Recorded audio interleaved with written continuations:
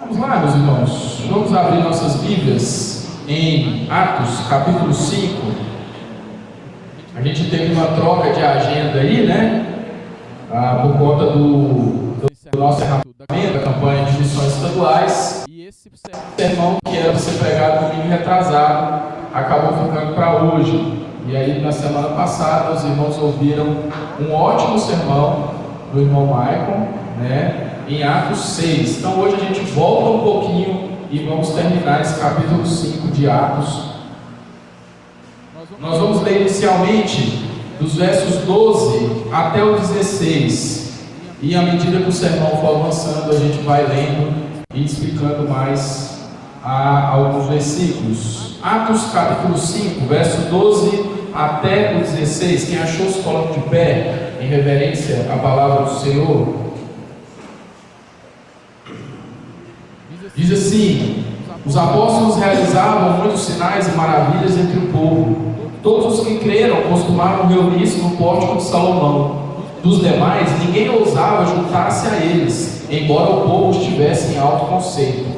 Em número cada vez maior, homens e mulheres criam no Senhor e lhes eram acrescentados, de modo que o povo também levava os doentes às ruas e os colocava às camas e macas, para que pelo menos a sombra de Pedro se projetasse sobre alguns enquanto ele passava. Verso 16: afluíam também multidões das cidades próximas a Jerusalém, trazendo os seus doentes e os que eram atormentados por espíritos imundos, e todos eram curados. Vamos orar mais uma vez. Pai, muito obrigado pela tua palavra, muito obrigado pela igreja primitiva, pela vida dos apóstolos e pelo registro de Lucas. Ilumina as nossas mentes e fala aos nossos corações, hoje e para todo sempre, em nome de Jesus. Amém e amém. Pode se sentar. Não é segredo, irmãos, que ninguém de nós gosta de sofrer. Se eu perguntar aos irmãos quem gosta de sofrer, quem gosta de sofrimento, eu creio que ninguém vai responder que gosta. Nós fazemos de tudo para que os males e as angústias dessa vida não nos alcancem. Afinal, que tipo de proveito o mal tem? Que tipo de benefício o sofrimento pode nos trazer? Principalmente numa cultura como a nossa, uma cultura totalmente hedonista, uma cultura que diz que nós devemos viver essa vida buscando os prazeres que ela tem a oferecer. Uma cultura que diz que nós precisamos fugir, que nos pressiona de todos os lados para que nós fujamos de qualquer tipo de sofrimento ou de mal que tente nos acometer, até mesmo usando algum tipo de teologia. A nossa cultura demoniza todo tipo de sofrimento. A nossa cultura nos encoraja a sempre estarmos buscando dinheiro, fama e poder. E isso não é de todo mal. Nós devemos sim buscar recursos, buscar uma vida melhor, mas a forma com que a cultura, a forma com que o mundo nos encoraja a buscar isso é uma forma totalmente desenfreada, uma forma onde tudo é justo, tudo pode acontecer para que nós cheguemos a encontrar isso. E é extremamente difícil, à luz daquilo que nós aprendemos no mundo, à luz daquilo que nós aprendemos na nossa cultura, é extremamente difícil e quase que impossível encontrar alguma face de proveito, encontrar algum aspecto proveitoso naquilo que nos faz sofrer. Mas quando nós lemos as páginas do Novo Testamento, principalmente esse comecinho de Atos, nós vemos que o povo de Deus, desde o Antigo Testamento, desde a sua existência, o povo de Deus, e agora, a partir de Atos, a igreja do Senhor, é um povo que conhece o sofrimento. A exemplo do fundador da igreja, o nosso Senhor Jesus Cristo, do qual Isaías registra no capítulo 53, que era um homem de dores, experimentado no sofrimento, a sua igreja segue também o seu exemplo. Os marombeiros, a galera que gosta da academia, tomaram posse de um jargão que não lhes pertence, de um jargão que pertence ao povo de Deus desde a sua instituição. Eles dizem que sem sofrimento não há ganho. No bem, no gain. Sem sofrimento, sem dor, sem ganho. Esse é o jargão da igreja. A igreja que sofre é a igreja que cresce. Sem dor, sem ganho. E hoje aprenderemos algumas lições valiosas desse restante do capítulo 5 de Atos.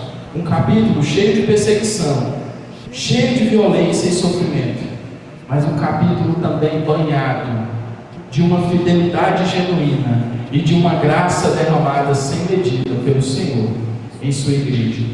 Nós veremos que o sofrimento não era algo estranho aos primeiros crentes. Ele não era capaz de frear ou de fazer com que a igreja regredisse. Muito pelo contrário.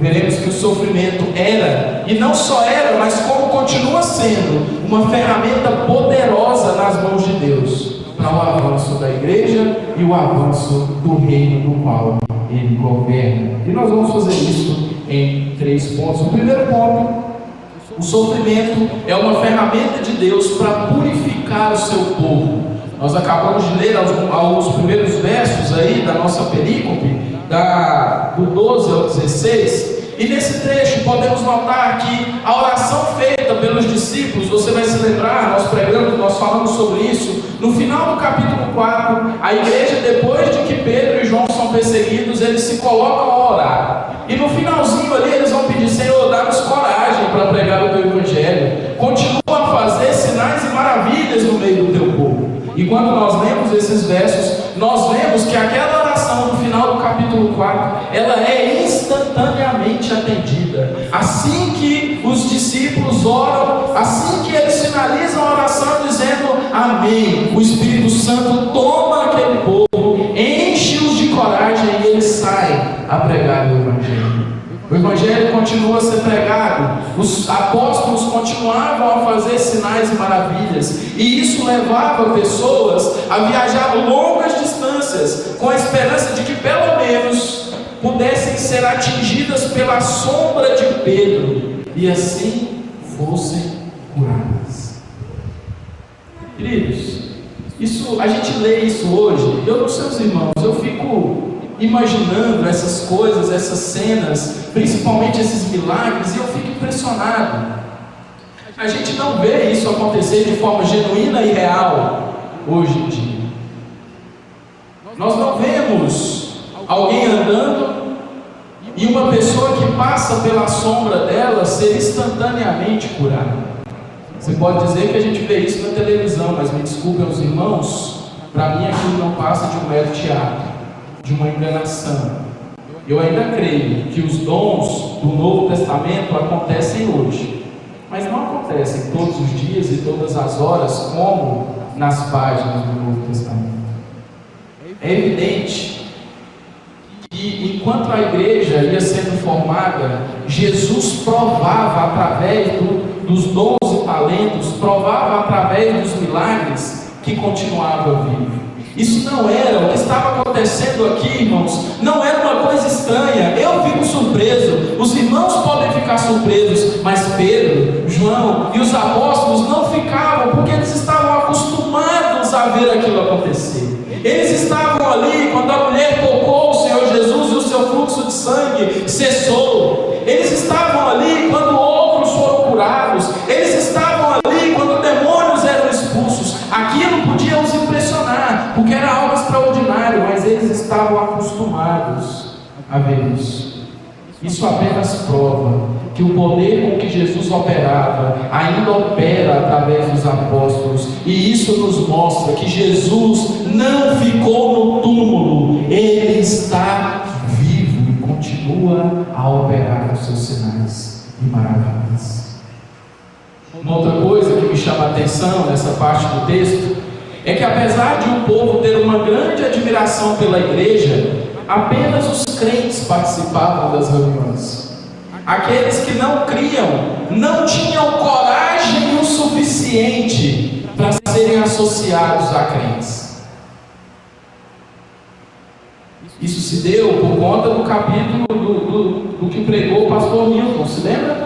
Ananias e Safira venderam o campo, venderam por um valor X, acharam que podiam enganar a Deus e podiam enganar os apóstolos, pegaram apenas uma parte do dinheiro e disseram: Pedro, está aqui está 100% do valor pelo qual nós vendemos o campo. Resultado, tentaram mentir a Deus. Ninguém pode enganar ao Senhor, e ambos morreram. O que aquilo criou? Aquilo criou não só na igreja, mas em todo o povo daquela época, nos simpatizantes, naqueles que achavam a igreja legal. Se lembra que no final do texto de Atos, Lucas registra que o povo, a igreja caiu na graça do povo. E no capítulo 5 aqui nós também temos registrado que o povo tinha a igreja em alta conta, porém não tinham coragem de se associar à igreja, porque tinham medo de que lhes acontecesse o que aconteceu com Ananias e Safira. Por isso, não só os cristãos, mas também toda a comunidade, vejam que a morte de Ananias e Safira produziu no povo. Toda a comunidade percebeu que assumir um compromisso de dizer: eu creio em Jesus Cristo, eu faço parte da igreja de Jesus Cristo. Eles perceberam que essa era uma declaração muito séria e que carregava consigo consequências gigantes. Eles perceberam que não dava para dizer: eu creio em Jesus Cristo, e continuar vivendo uma vida dúbia. Eles viram que ninguém pode enganar o Senhor.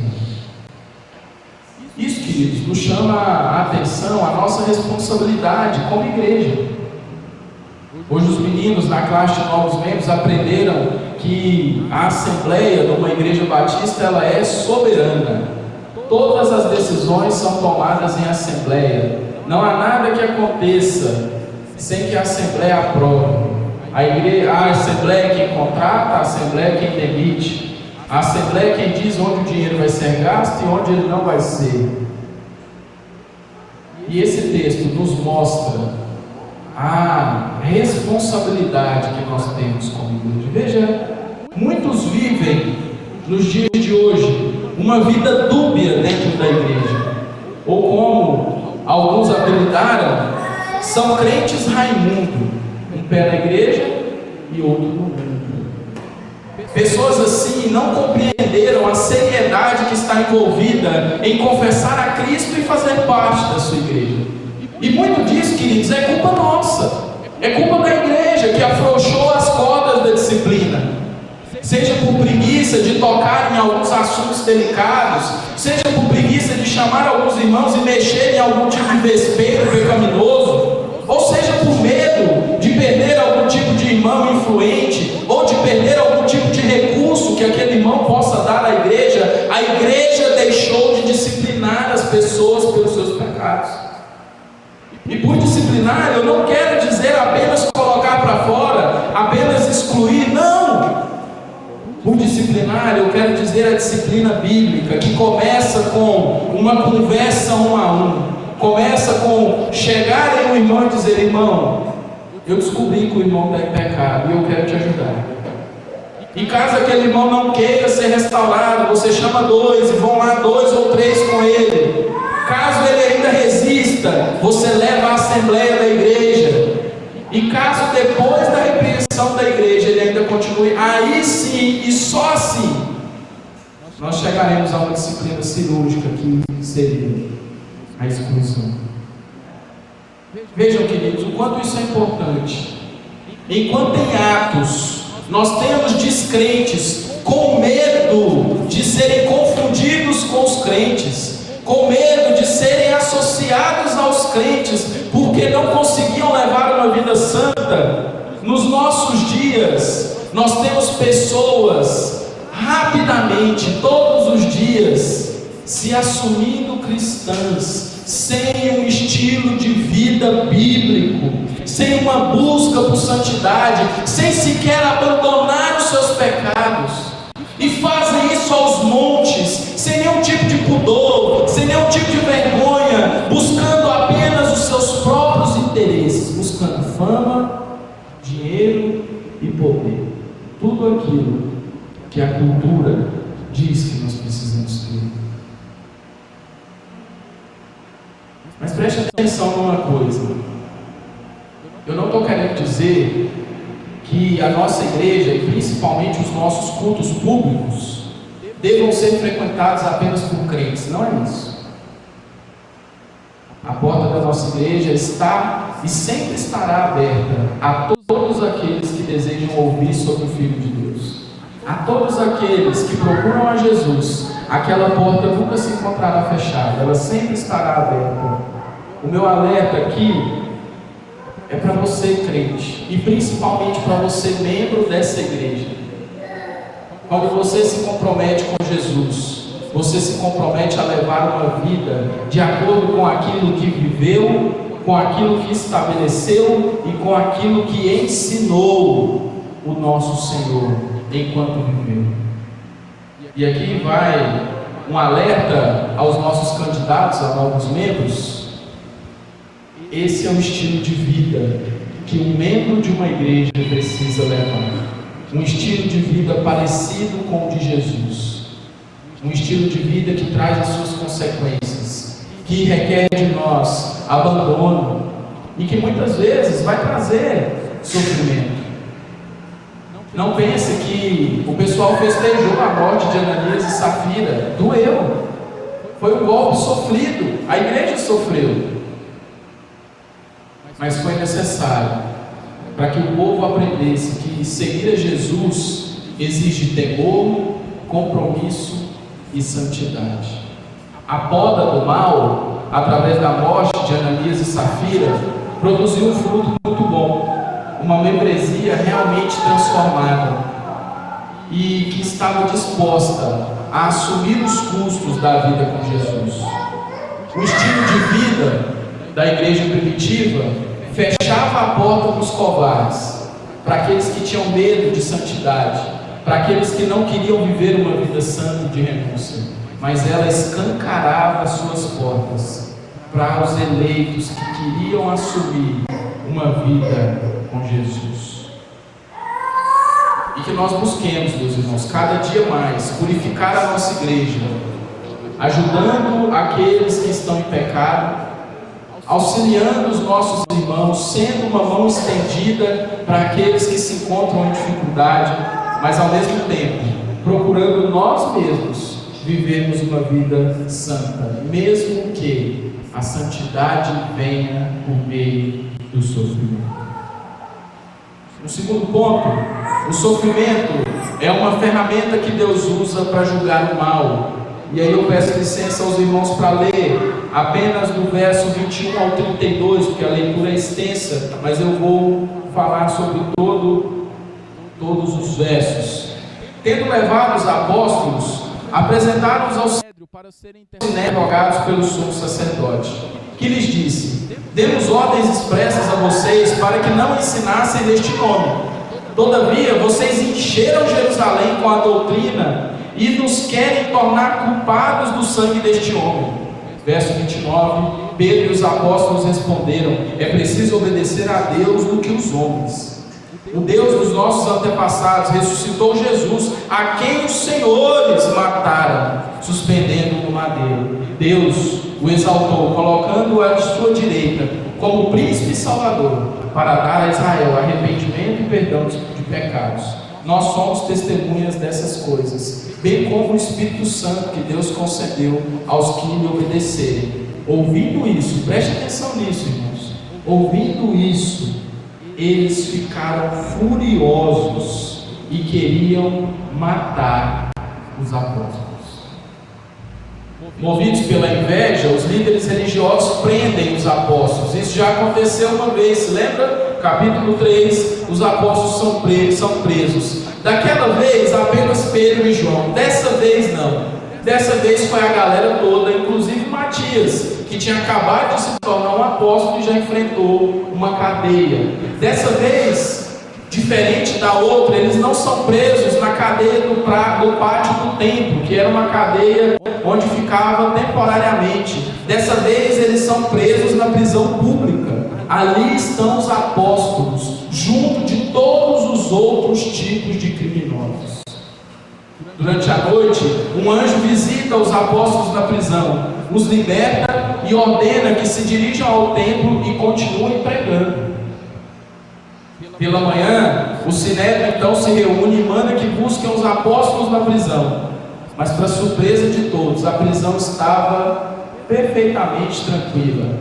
As grades estavam trancadas, os carcereiros estavam a postos, mas havia uma coisa diferente: os apóstolos não estavam mais lá.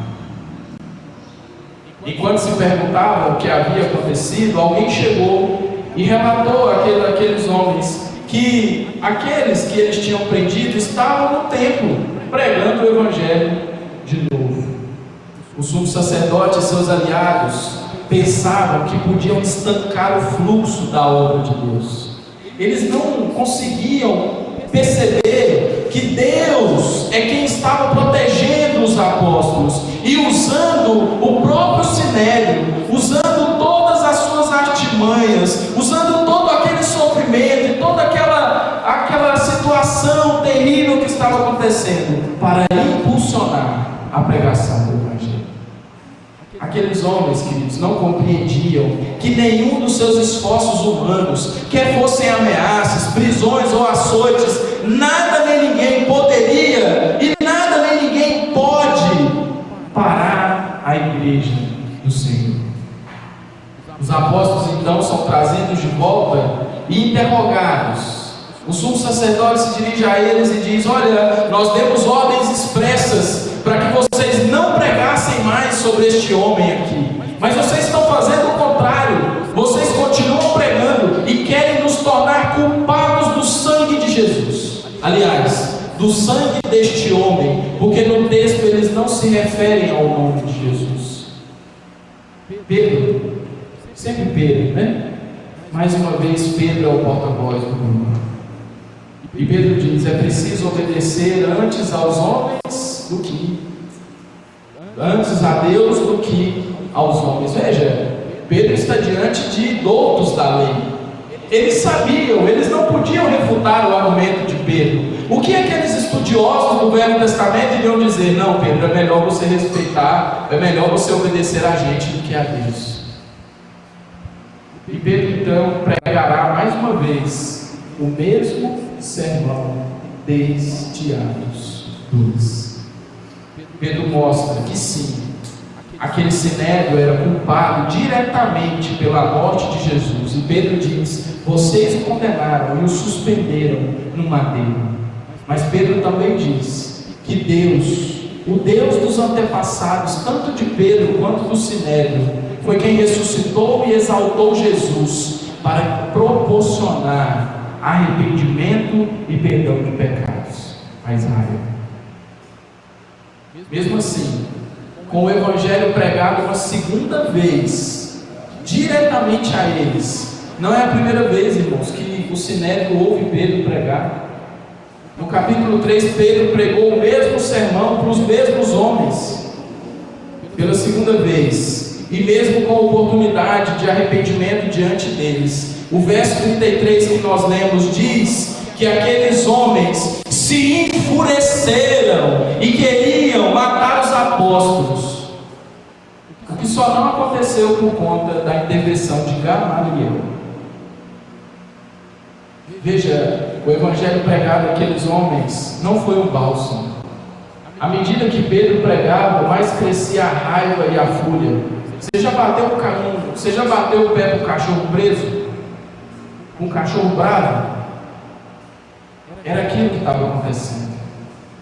As palavras de Pedro eram bater de pés para cães raivosos que compunham aquele Sinédrio. Mas Gamaliel intervém, e esse Gamaliel é aquele mesmo que foi o professor do apóstolo Paulo. Gamaliel então argumenta com eles, e Gamaliel diz: olha, deixem esses homens pregarem, deixem esses homens fazerem aquilo que estão fazendo, porque se o que eles estão fazendo não for de Deus, logo isso passará. E Gamaliel usa dois argumentos, dois exemplos de passado, de pessoas que se levantaram, que foram rebeldes à luz do Sinédrio, mas que logo passou. Gamaliel diz: olha, se for fogo de palha, logo se apagará. Mas, se Deus está nesse negócio, vocês estão correndo o risco de estar lutando contra Deus. E mais uma vez, irmãos, o público de Pedro não era um público leigo, não era um público que não conhecia o Deus do Velho Testamento, o Deus da Bíblia. Eram homens que sabiam quem era Deus, o Deus do Velho Testamento, Yahvé, o grande eu sou. Ouvindo o conselho de Gamaliel, eles libertam os apóstolos, mas não de graça. Antes da liberdade, o chicote cantou, e todos eles foram punidos. A lei da época dizia que eles podiam punir as pessoas com 40 açoites menos um, o que dá 39, e cada um deles pôde receber esse presente, 39 açoites. Notem que interessante. Nós começamos o texto de hoje vendo que a igreja era tida em alta conta pela sociedade. Vimos no capítulo 2 que a igreja era querida e caía na graça do povo. Mas lendo esse trecho nós vemos que nem todos. Havia uma parte do povo que era cativada pelos apóstolos, mas isso não acontecia com aqueles líderes religiosos. Quanto mais Pedro pregava, quanto mais o Evangelho era pregado, quanto mais de Jesus era dito, mais a fúria daqueles líderes crescia. O mesmo sol, queridos, que derrete a cera, é o sol que endurece o mar. Enquanto uns têm o coração quebrantado, derretido pelo Evangelho, outros têm os corações cada vez mais endurecidos, a ponto de não só negarem o Cristo, mas a ponto de desejarem matar aqueles que pregam sobre o Cristo. Isso não é uma realidade longe de nós. Quantos e quantos irmãos nossos morrem todos os dias por anunciarem a Jesus? Quantas pessoas são perseguidas por amor de Cristo? Porque o mesmo Evangelho que salva é o Evangelho pelo qual Deus traz condenação ao ímpio. Deus estava usando o sofrimento dos apóstolos para expor e para julgar o mal. Isso que nós estamos vendo ilustra bem o que quer dizer aquilo que Isaías disse. Isaías 55:11 diz: a minha palavra não voltará para mim vazia, mas fará o que desejo e atingirá o propósito para o qual a enviei. Queridos, a palavra pregada nunca volta vazia, e eu sei que você já ouviu isso. Pregue a palavra, porque a palavra pregada nunca volta vazia, mas há um erro de interpretação na maioria das vezes em que nós ouvimos esse texto. Nós dissemos que a palavra pregada não volta vazia, quase que decretando que sempre que a palavra é pregada, alguém precisa crer em Jesus. Mas não é sempre que isso acontece.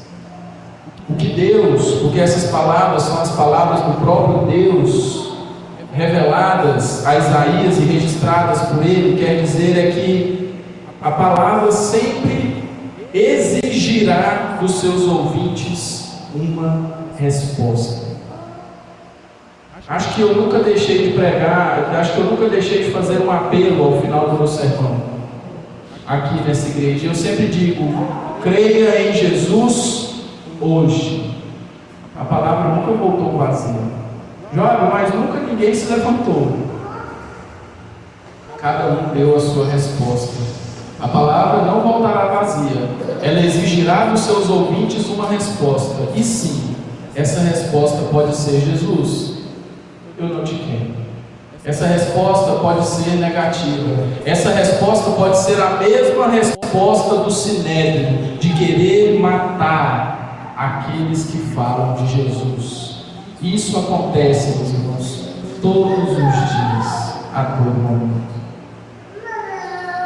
Quanto mais ouviam de Jesus, quanto mais Pedro pregava, mais os homens do Sinédrio se enfureciam, e mais aqueles líderes religiosos desejavam fazer o mal à igreja e aos apóstolos. Por vezes, o nosso sofrimento, o sofrimento da igreja, não resultará em conversões, não resultará em vidas salvas e rendidas ao Senhor, não resultará no resgate das ovelhas de Jesus, mas resultará na exposição do mal, na denúncia da impiedade, na denúncia do pecado. E Deus, querido, Ele continua a ser glorificado ainda nesse cenário. E isso traz uma paz muito grande ao nosso coração. Nossa tarefa não é converter as pessoas, nós nem temos poder para isso.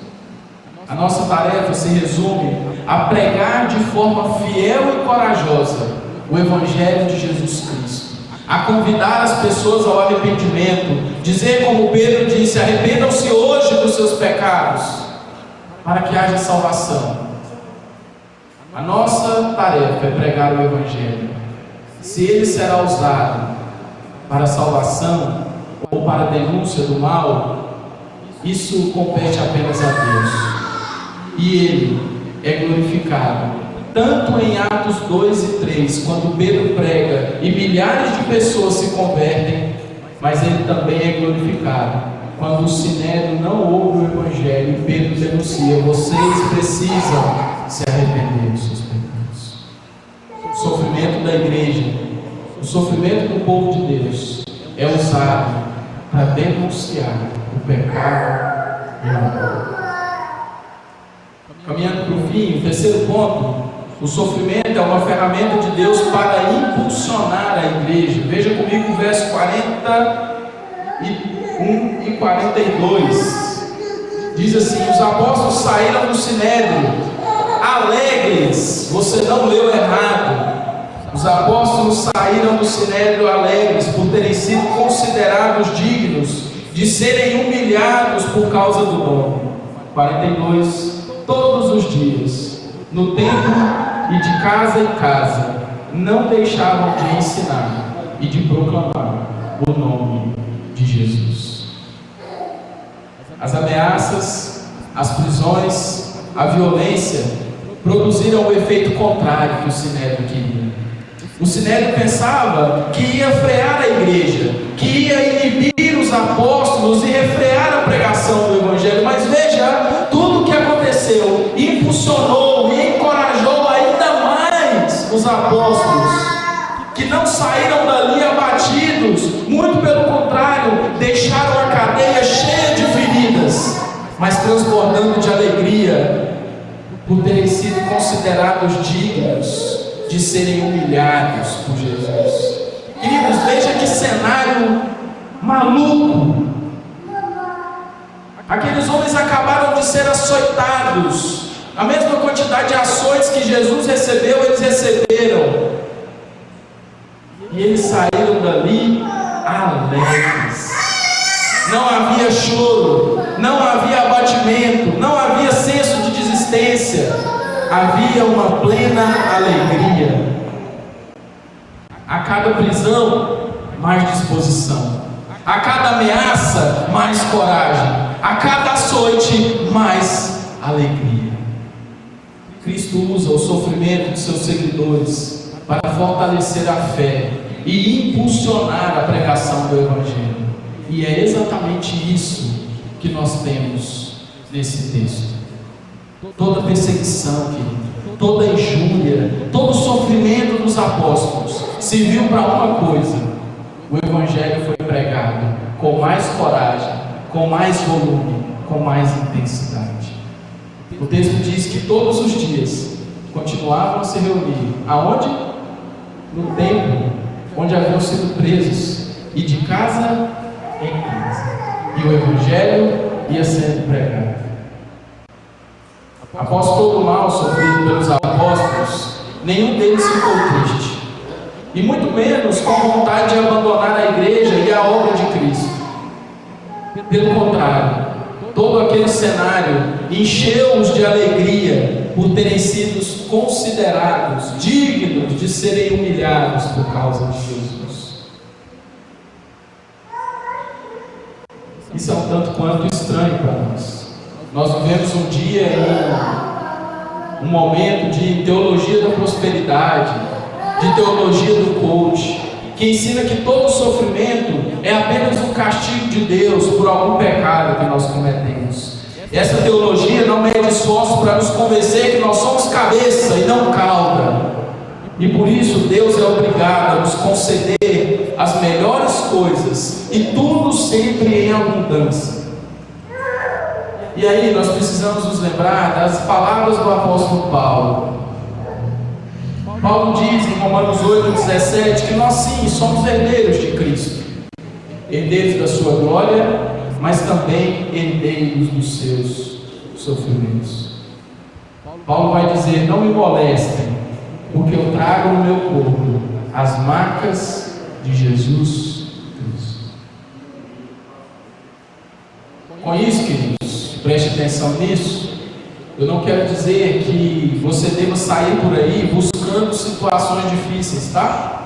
Não provoque o sofrimento contra a sua própria vida. A vida já é sofrida demais sem que a gente corra atrás do sofrimento. Não é isso. O que eu desejo é que nós entendamos que o sofrimento não é um fim em si mesmo, mas é uma ferramenta poderosa nas mãos de Deus para impulsionar a sua igreja a viver de forma perseverante e fiel ao estilo de vida que foi estabelecido por Cristo, vivido por Cristo e ensinado por Cristo, o nosso Redentor, o dono da igreja. Concluindo, ao contrário do que a nossa cultura ensina, o sofrimento nem sempre traz consigo apenas mazelas, dores e lamuras. Eu gosto muito, os irmãos já me viram citar essa frase aqui algumas vezes, dessa frase do meu amigo, Lutemar Júnior: Deus não desperdiça nenhuma gota sequer do nosso sofrimento. Não há lágrima derramada em vão, não há sangue derramado em vão. Um dos pais da igreja, Tertuliano de Cartago, ele disse ao imperador: pode nos matar, porque o nosso sangue é semente. Quanto mais cristãos você mata, mais cristãos nascem. Essa frase de Tertuliano fez com que o império parasse de matar os cristãos, porque ele viu que a matemática era essa. O sofrimento não é vão. Compreender isso trará tranquilidade à nossa mente em momentos difíceis, e a certeza de que nada que passamos nessa vida é em vão, e que principalmente tudo, quer as coisas boas, quer as coisas ruins, quer os males, quer as benesses, tudo isso trará no fim glória a Deus.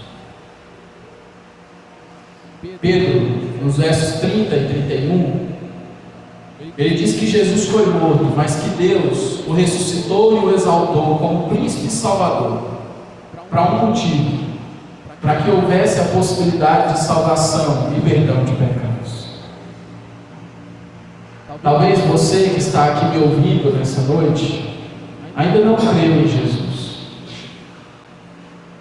Talvez você goste muito dessa igreja, talvez você goste muito até de Jesus, mas gostar de Jesus, falar bem de Jesus, não é suficiente para a salvação. João 3,16 dirá que Deus amou tanto o mundo, que deu seu único Filho, para que todo aquele que nele crê, não pereça, mas tenha a vida eterna. O passo que você precisa dar não é o de achar essa igreja legal, não é o de achar Jesus um cara bacana, mas é de crer em Jesus e no seu sacrifício. E se você ainda não fez isso, eu quero te convidar hoje: arrependa-se dos seus pecados, creia em Jesus, abrace a salvação que só Ele pode dar, e viva de forma digna como Ele ordena. Não saia daqui nessa noite sem crer em Jesus. Creia em Cristo, creia nele hoje. E para nós, aqueles que já pertencemos à igreja, que já somos crentes, 3 conselhos. Primeiro, viva de forma santa. Olhe para a vida de Jesus, olhe para a vida da igreja e viva conforme Jesus ordenou. Arrependa-se continuamente dos seus pecados e continue avançando em santidade e em novidade de vida. Confesse seus pecados a Cristo, confesse os seus pecados uns aos outros, busque sempre uma vida santa. Segundo, ajude os irmãos a vencer os pecados. Se você sabe que algum irmão está em pecado, procure ele, diga: meu irmão, eu quero te ajudar. Vamos orar juntos, vamos fazer um discipulado juntos, vamos ler a Bíblia juntos, eu quero te ajudar. Procure ajudar a igreja a viver de forma santa. Não faça isso como fofoca, procurando outro irmão para dizer: você viu como está vivendo, coitado, o outro irmão? Não. Vá diretamente ao irmão que está em pecado e diga a ele: meu irmão, eu quero te ajudar. Isso vai purificar a igreja e ajudará o povo de Deus a se manter sempre santo. E terceiro, viva a vida cristã sem medo. Pregue o Evangelho de forma corajosa. Resista ao diabo e ele fugirá de vós. Se necessário, confronte o mal, confronte o pecado. A obediência a Deus, queridos, deve ser nossa prioridade. E isso deve acontecer, mesmo que nos traga sofrimento. A nossa confiança, a nossa fidelidade precisa ser muito maior do que o mal que nos acomete. A Jesus seja a honra, a glória e o louvor para todos sempre. Amém. Vamos orar mais uma vez? Senhor Jesus, louvado e agradecido seja o teu nome, pelo teu Evangelho, que é o Senhor. O Senhor é o Verbo que veio entre nós, se fez carne e foi rejeitado pelos seus. Louvado e agradecido seja o teu nome, Senhor Jesus. E nós te rogamos, faz-nos uma igreja santa, uma igreja fiel a ti e a tua escritura. Purifica